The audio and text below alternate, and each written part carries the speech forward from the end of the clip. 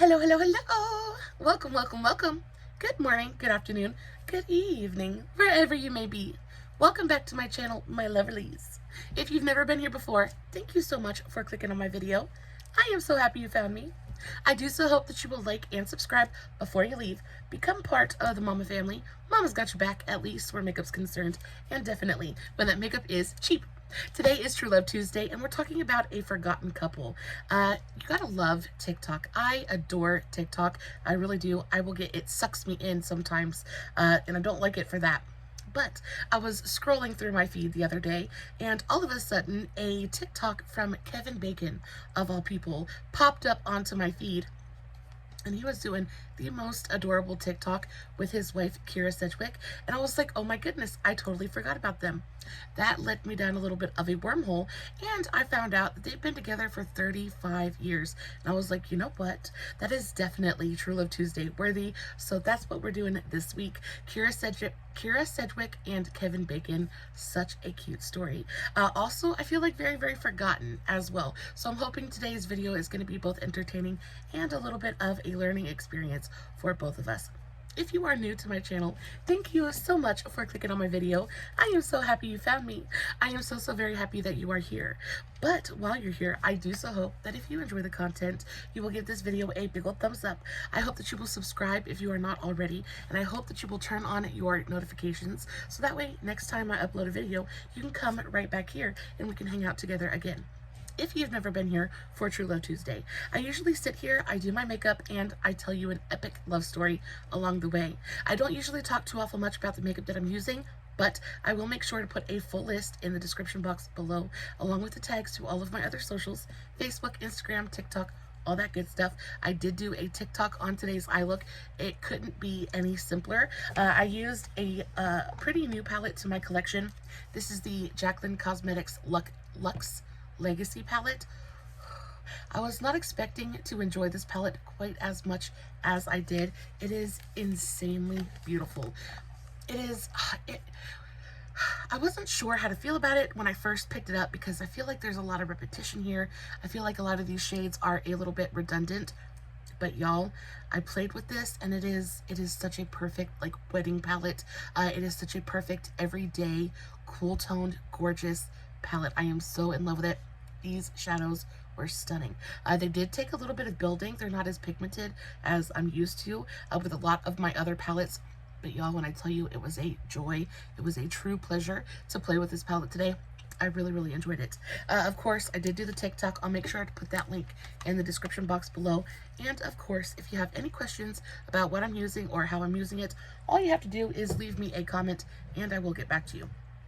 Last thing before we get started, if you guys see me looking over in this direction, it is because I am looking at my notes. There are quite a few of them today. I have a feeling that today's video is going to be a little bit of a longer one, so please bear with me.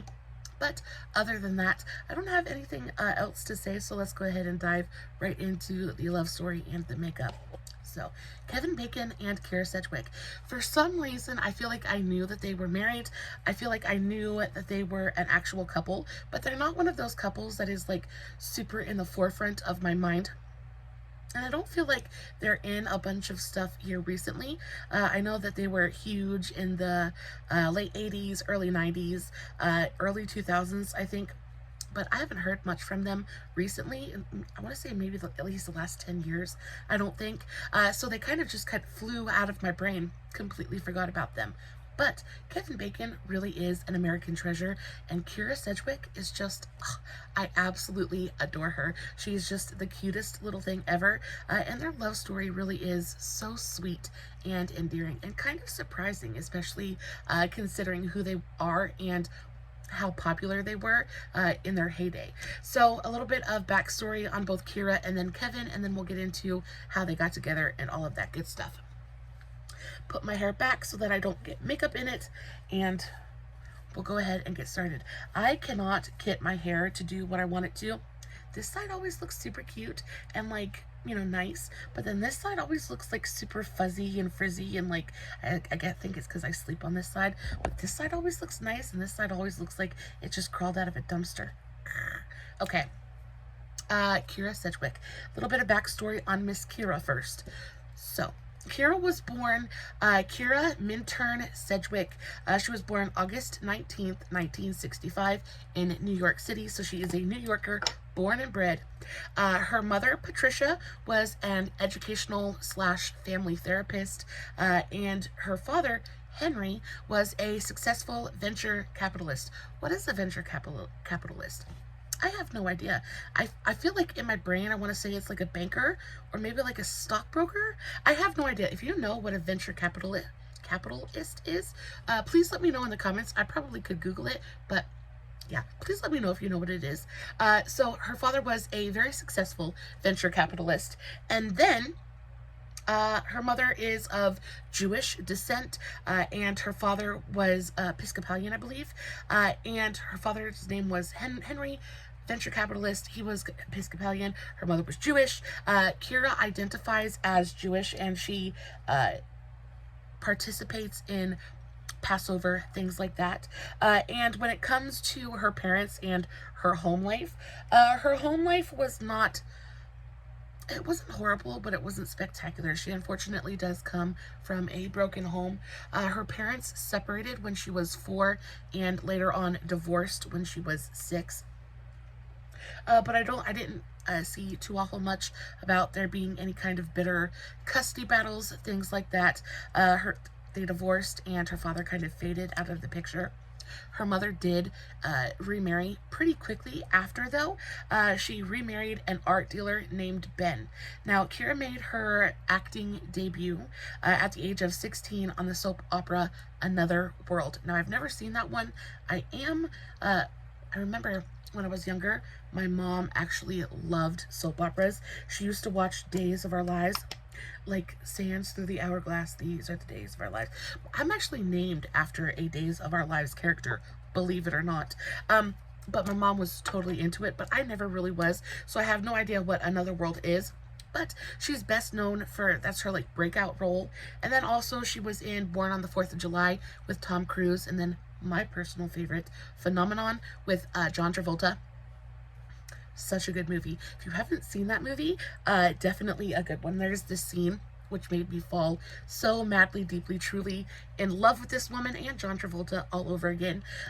During the movie, he basically has, anyway, he has this big thing and he gets powers, and I don't want to give away the plot of the movie, just in case you want to go see it, but he kind of goes down on his luck a little bit, and Kyra is there to basically pick him up and to comfort him and love him, all the things that good women do.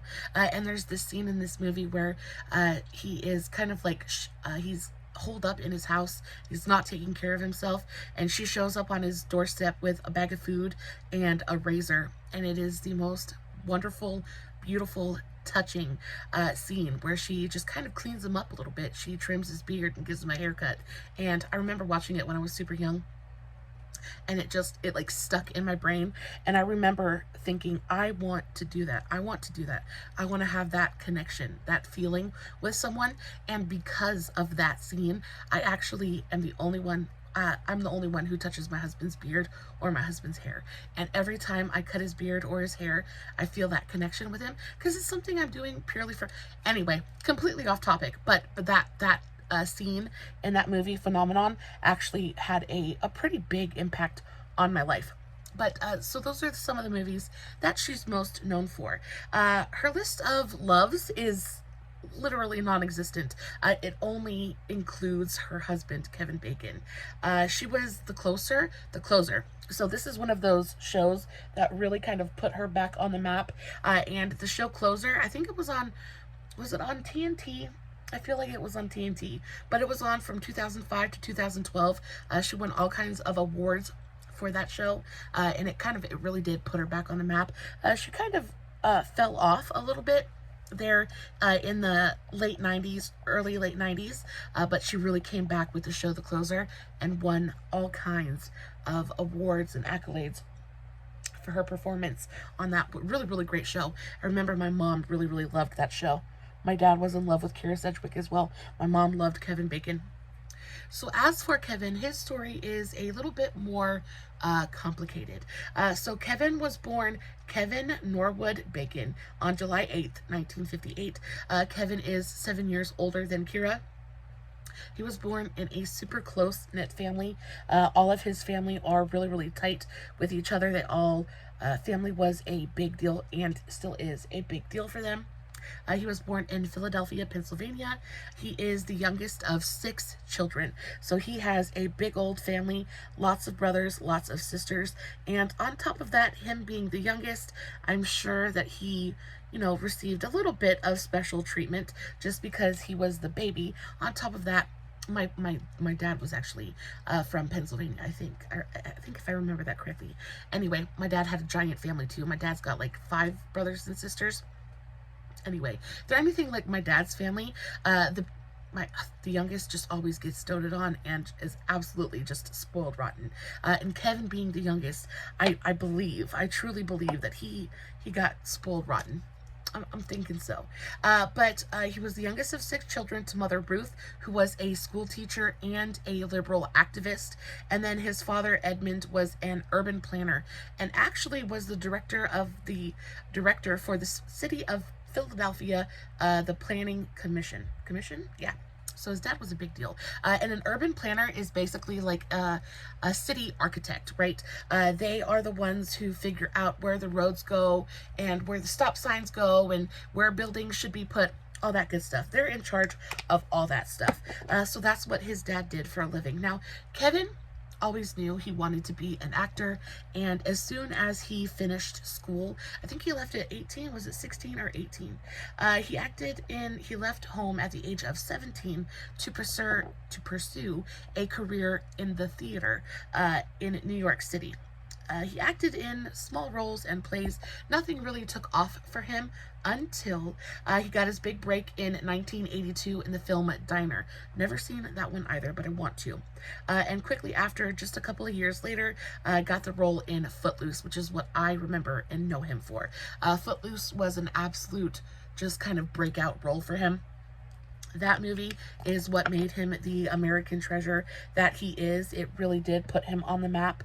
And it kind of like, it brought us Kevin Bacon. So he did Footloose in 1984. Some other notable roles are Hollow Man, I think Flatliners was a really big one as well. Hollow Man, which I remember, is where he was the invisible dude. He played a really bad guy in that movie. And then also Wild Things, he played a bad guy in Wild Things as well. If you've never seen Wild Things is a little bit freaky. Wild Things was a really good movie, but it was like super inappropriate, so I'm not going to talk about it here. But he played a really, really bad guy. He was very, he was like a good guy, bad guy, in that movie. Like, you would think he was a good guy and like doing the right thing, but come to find out really wasn't a good guy. If you haven't seen Wild Things, I think that's a really good one to check out. Warning though, it does contain a little bit of nudity and, sissy time. So there's that. But other than his wife Kyra, the only other notable relationship that he has been in was with actress, Tracy Pollan, and he had a 5-year relationship with her in the 1980s, and they had met in 1981 while acting in a play together and quickly started dating. They were together for a good long while, like I said, 5 years, and they pretty much built a life together. They had an apartment in Manhattan, and then they had a farmhouse in Connecticut, and they split their time between their 2 places of residence, but eventually they just kind of petered out and realized that, you know, they really weren't meant for each other, so they separated. They went their separate ways, but luckily for Tracy, she actually went on to marry Michael J. Fox. We all know who Michael J. Fox is, but she went on to marry him, and they're actually together to this day as well. So another really good, long-lasting, enduring love affair with them as well. So there's the little backstory on Kyra and Kevin. Now let's get into the nitty-gritty on how they got together. So the first time they ever crossed paths, this I thought was a cute little detail. The first time they ever crossed paths was in 1978. And really, Kevin doesn't remember this interaction at all whatsoever.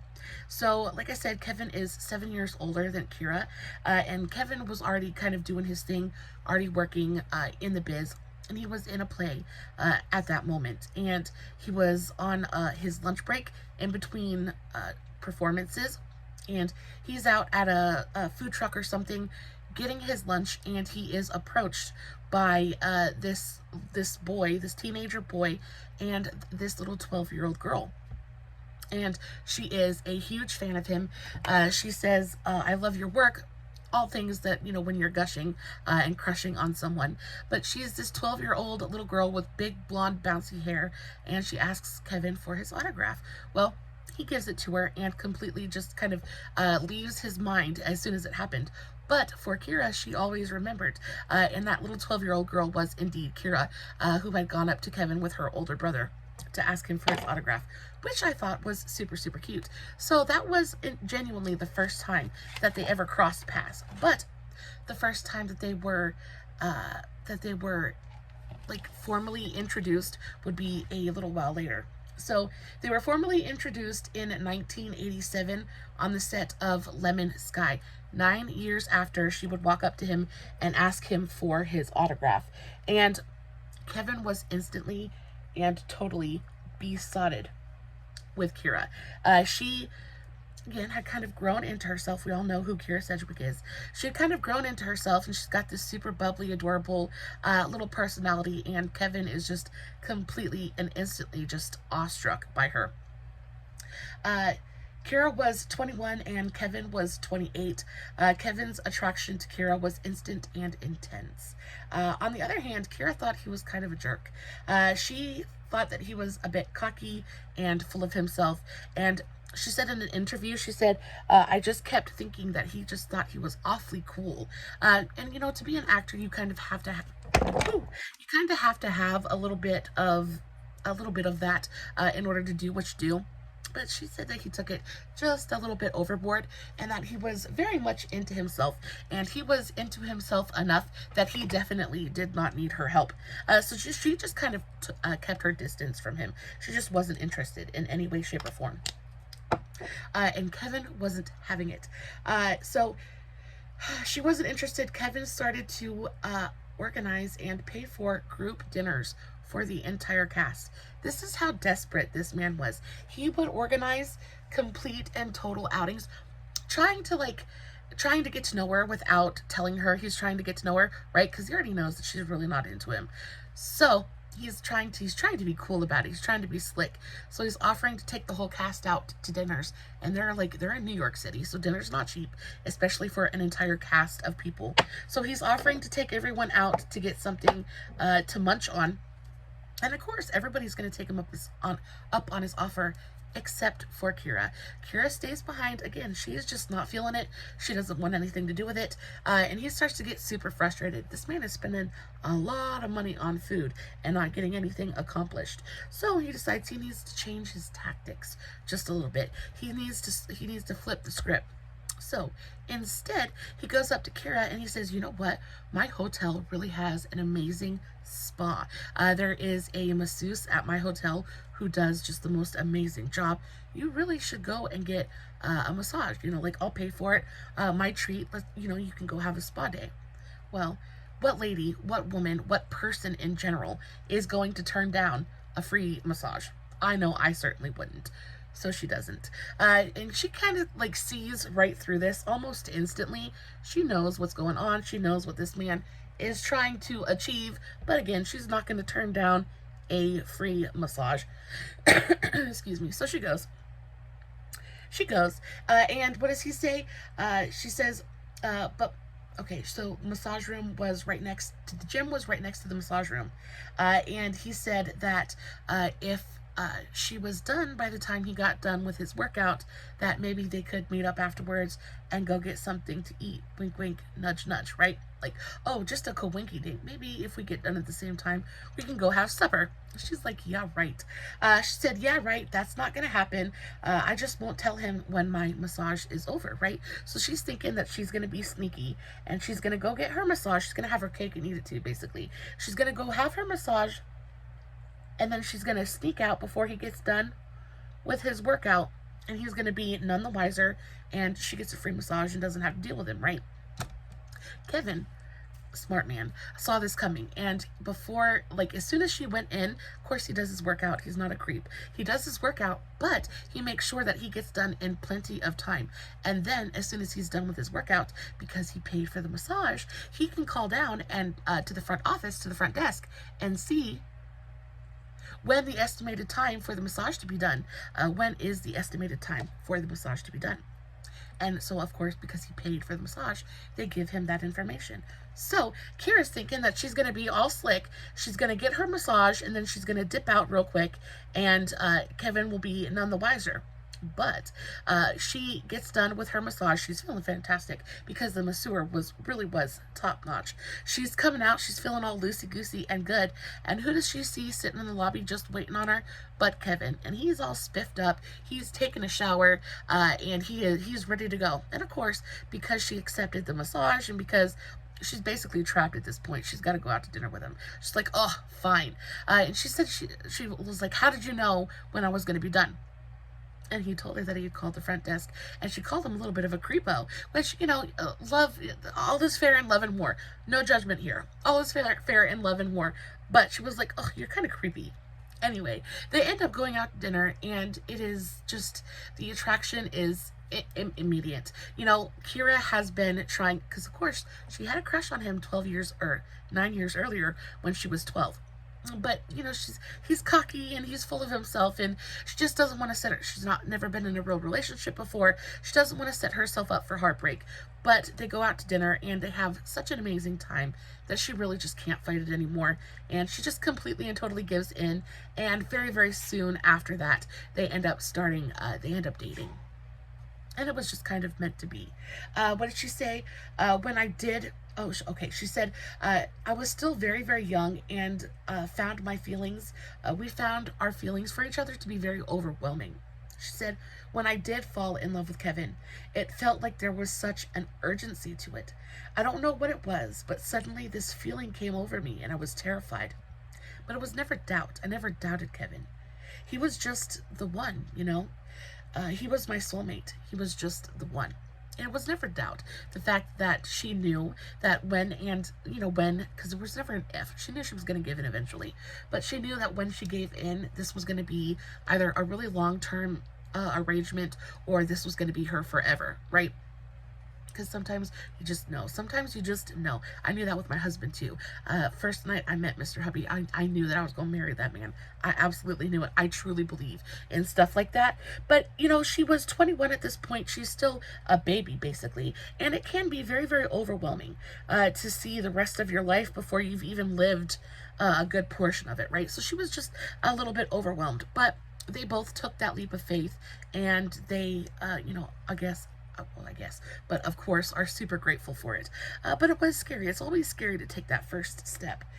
Kevin and Kyra publicly announced their relationship on April 27th, 1987, when they stepped out together to attend Illuminations, an AIDS benefit in New York City to help raise money for children affected by the AIDS virus. Now, when it comes to their engagement, y'all, it happened quick. It happened quick and it happened fast, just like we all pretty much predicted that it would. They dated for a little under a year when Kevin got down on one knee and popped the question to Kyra on December 24th, Christmas Eve of 1987. This is super, super funny. So, of course, she says yes. She breaks down in tears. She's like, oh my gosh, yes, yes, yes, yes, yes. He gives her the ring, and they go about their day, right? Well, that night, they go home, they go to bed, you know, they're loving on each other. They're super happy. They're newly engaged. They go to sleep. Kevin wakes up later that night to Kyra just absolutely bawling her eyes out. She's trying to be careful and trying to be quiet so as not to wake him up, but she is absolutely bawling her eyes out. And he automatically just instantly thinks that something is very, very wrong. Why would she just be sitting in the bed crying? She is literally sobbing, like gut-wrenching sobs, and he is freaking out. He's like, what is wrong? What is wrong? And then all of a sudden, she takes a deep breath, and she just sobs, I don't like the ring. she was terrified to hurt his feelings because she didn't like the ring that he had picked. And a thing to know about Kevin is he is an incredibly practical and kind of like matter-of-fact, down-to-earth kind of guy. You wouldn't think so, but he is. He's very blunt as well. And he was like, you don't like it? Okay, fine. We'll just go exchange it. What did he say? She said, I don't like the ring. Kevin busted out laughing and told her it was fine. They'll just go exchange it the next day for something that she actually wants, right? It doesn't really mean anything. The ring isn't what matters. The yes is what matters. So they go the very next day. They go exchange the ring, and she picked out the ring that she still wears to this day.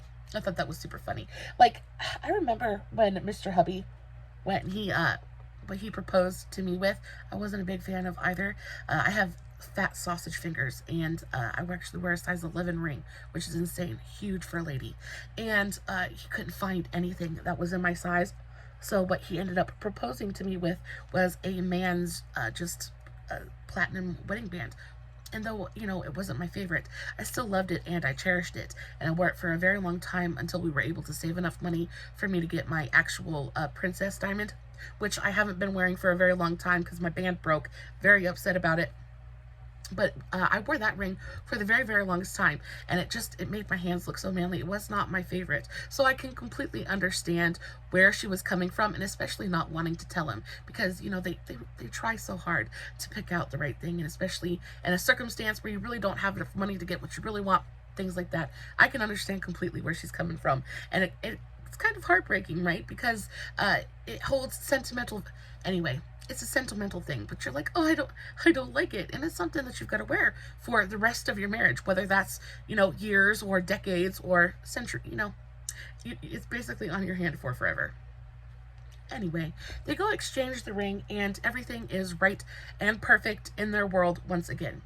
Kevin and Kyra married a few months later on September 4th, 1988.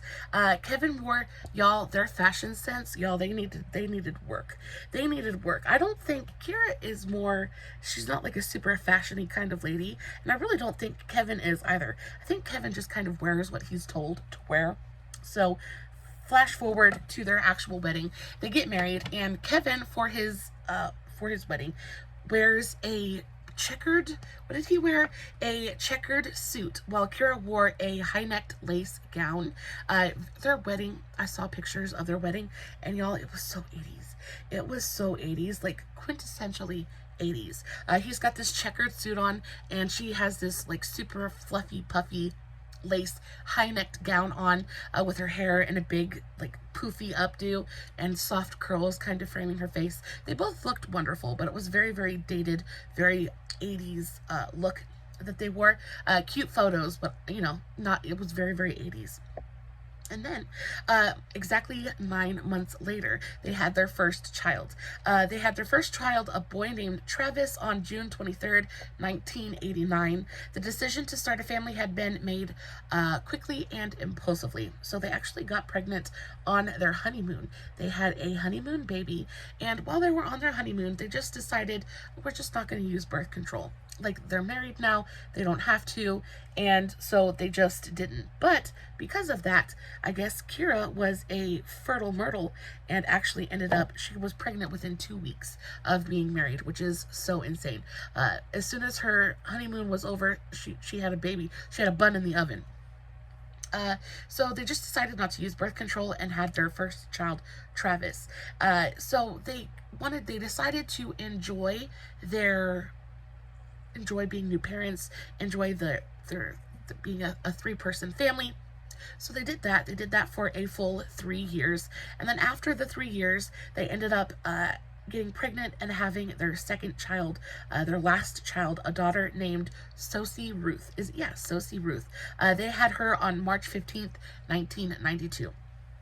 And Travis and Sosie are the only 2 children that they have, but they're a family of 4. They're super, super happy, and their family is everything they wanted it to be, everything that they could have dreamed of. They have a boy, they have a girl, and they're just incredibly happy, right? They're just living the American dream, basically. Kevin and Kyra have worked together a few times throughout their marriage. You know, they're not super, super busy. I think Kyra took a little bit more time off to focus on their family and raising their children than Kevin did. They both worked pretty consistently throughout the years, but they're not like, they weren't in everything, right? So they worked in a couple of movies together throughout their marriage, the first being in December of 1991 for the straight-to-VHS romantic comedy Pirates. Never seen that one. And then again in January of 95 for the film Murder in the First. Kevin was in the starring role, while Kyra just had a small supporting role in that movie. Kevin played a man locked on Alcatraz, and it is, that role is unanimously kind of regarded as being one of Kevin's most memorable. His performance on that movie really was just superb. Chef's kiss. Really, really great. So 2 years later, January 1997, they were invited to attend the Golden Globes, and Kyra freely admits that they were the worst dressed people there. And this is why I say their fashion sense is maybe not the best. Y'all, I just don't think that they really care. They're just not super fashionistas. They're just really not into that. They're artists, and other than that, they just really don't care. But she looks back on what they wore to the Golden Globes that year, and it's like she just, it's kind of like slap yourself in the forehead kind of moment. What did Kevin wear? Golden Globes, and freely admits they were some of the worst dressed people there. It was definitely Kyra's least favorite fashion moment of her career. She wore a turquoise blue pantsuit, while Kevin wore a crushed velvet black suit. Like, I saw pictures of this. It was not good. It was not good. Fast forward to May 2004. They team up again for the movie Cave Dweller, but this time Kyra's the star and Kevin has a smaller supporting role. And then after that, they co-starred in The Woodsman. Now, in June of 2006, Kevin made his directorial debut for the film Loverboy. And each member of his family, they all had a role in that film. Even their 2 children, which I thought was super cute. It's a family affair. It's a family affair. And then disaster strikes. And this was just like, I had no idea that they were involved with this. Now, I remember hearing about this, like, on the news and stuff, but had no idea that it had affected them personally. But disaster struck their home on December 11th, 2008, when Kevin and Kyra's money manager, Bernie Madoff, was arrested for running a Ponzi scheme. And I had no idea. Like, I had forgotten all about it until actually doing this research.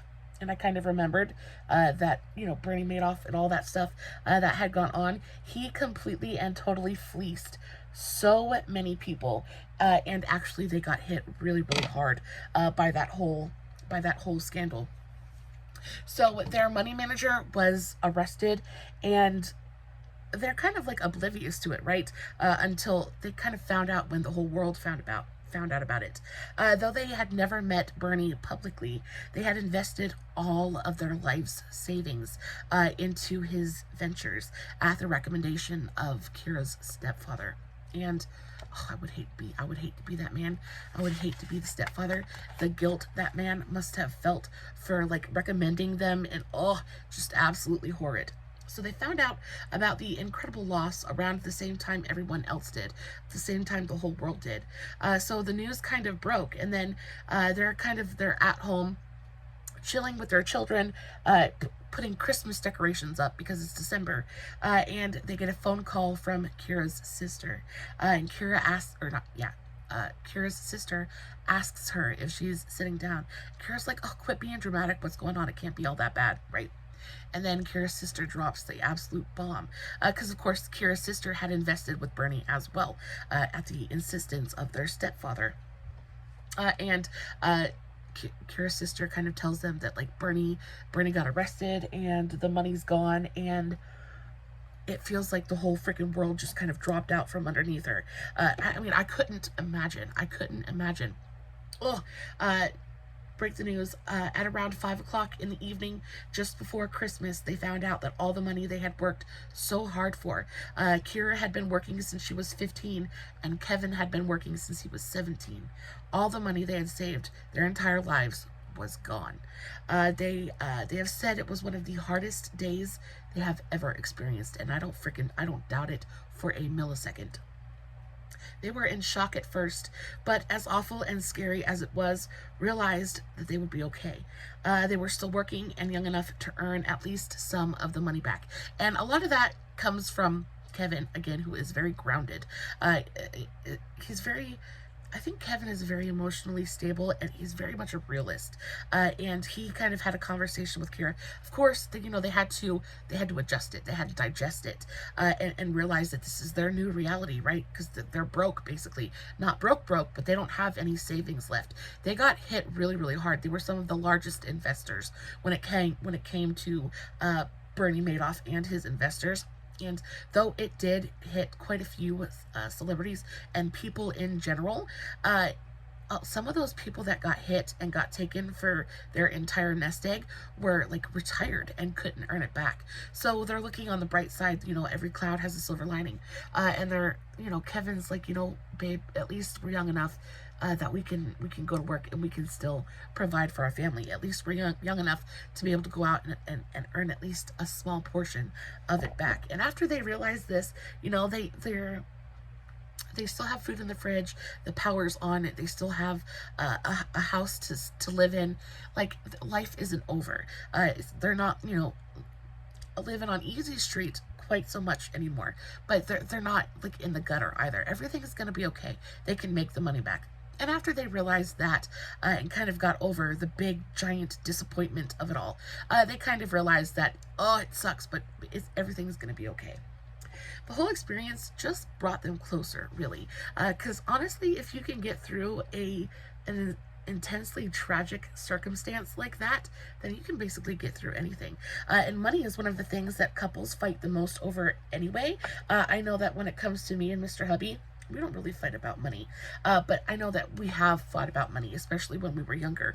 In the earlier days of our relationship, money is just one of those things that when you don't have it, life is terrible. Life is awful. And when money is tight, like, it feels like you're walking on eggshells all the time.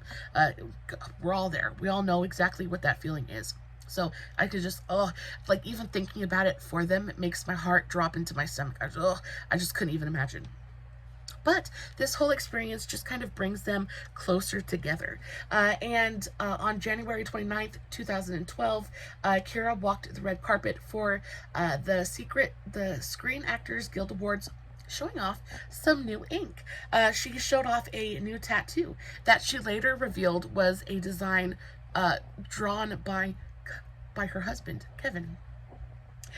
It was a design incorporating the whole family's initials, designed by Kevin, and she revealed that it was like a super impulsive, kind of tipsy decision.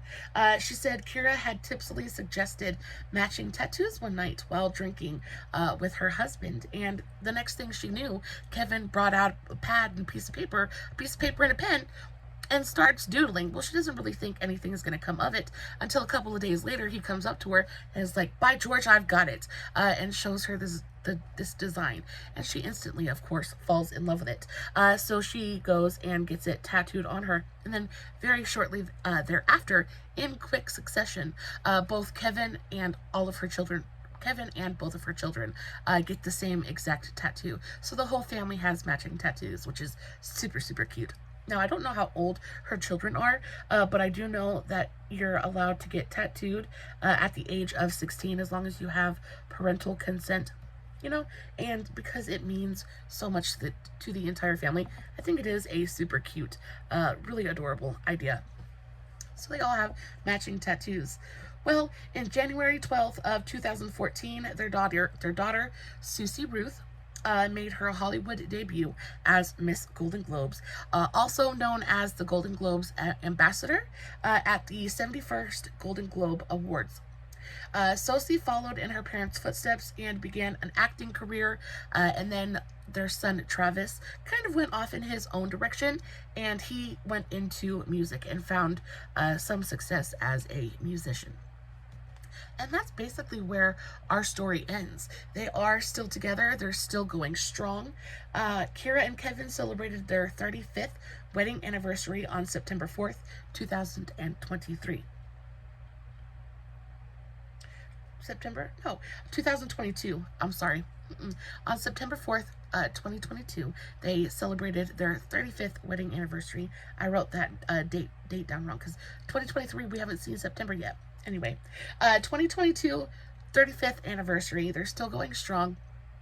Looking forward to grandchildren and just kind of seeing what the world has in store for them. And I think that their story is just incredibly touching and adorable and super sweet. I don't quite know what I was expecting their story to be. I don't know if I was expecting there to be parties and like all kinds of drama, things like that. But their story to me really just seems like such a down home, just very sweet, kind of like high school sweetheart kind of thing, even though they're not high school sweethearts. They met each other when they were so young, and neither one of them really has much of a dating background. And I don't know why, but when it came to Kevin, I really expected him to have, you know, quite a list of paramours, but he really doesn't. He is a serial monogamist, which we love here. He's not a cheater. No cheating scandals, no rumors about any of that happening, no drama with their relationship at all whatsoever. They really are just a super sweet, devoted, loving couple with a super adorable family, and they're just happy. I love that for them. I really, really do. Guys, as always, I will finish my makeup and I will post finished pictures over on Instagram and TikTok and Facebook. All the links will be in the description box below. I love you so, so very much. I really hope that you enjoyed today's video. Of course, if you have any suggestions about who I should talk about next, please let me know in the comments. I'm going to finish my makeup and then I'm going to go to bed. I love you so, so very much. As always, no filters, no edits, no fancy lighting. It's just me sitting in front of my camera, doing my makeup, telling you guys a super sweet love story. Hoping you guys are enjoying what I'm doing. And until next time, stay safe, take care of yourselves, and remember, you're important. Bye.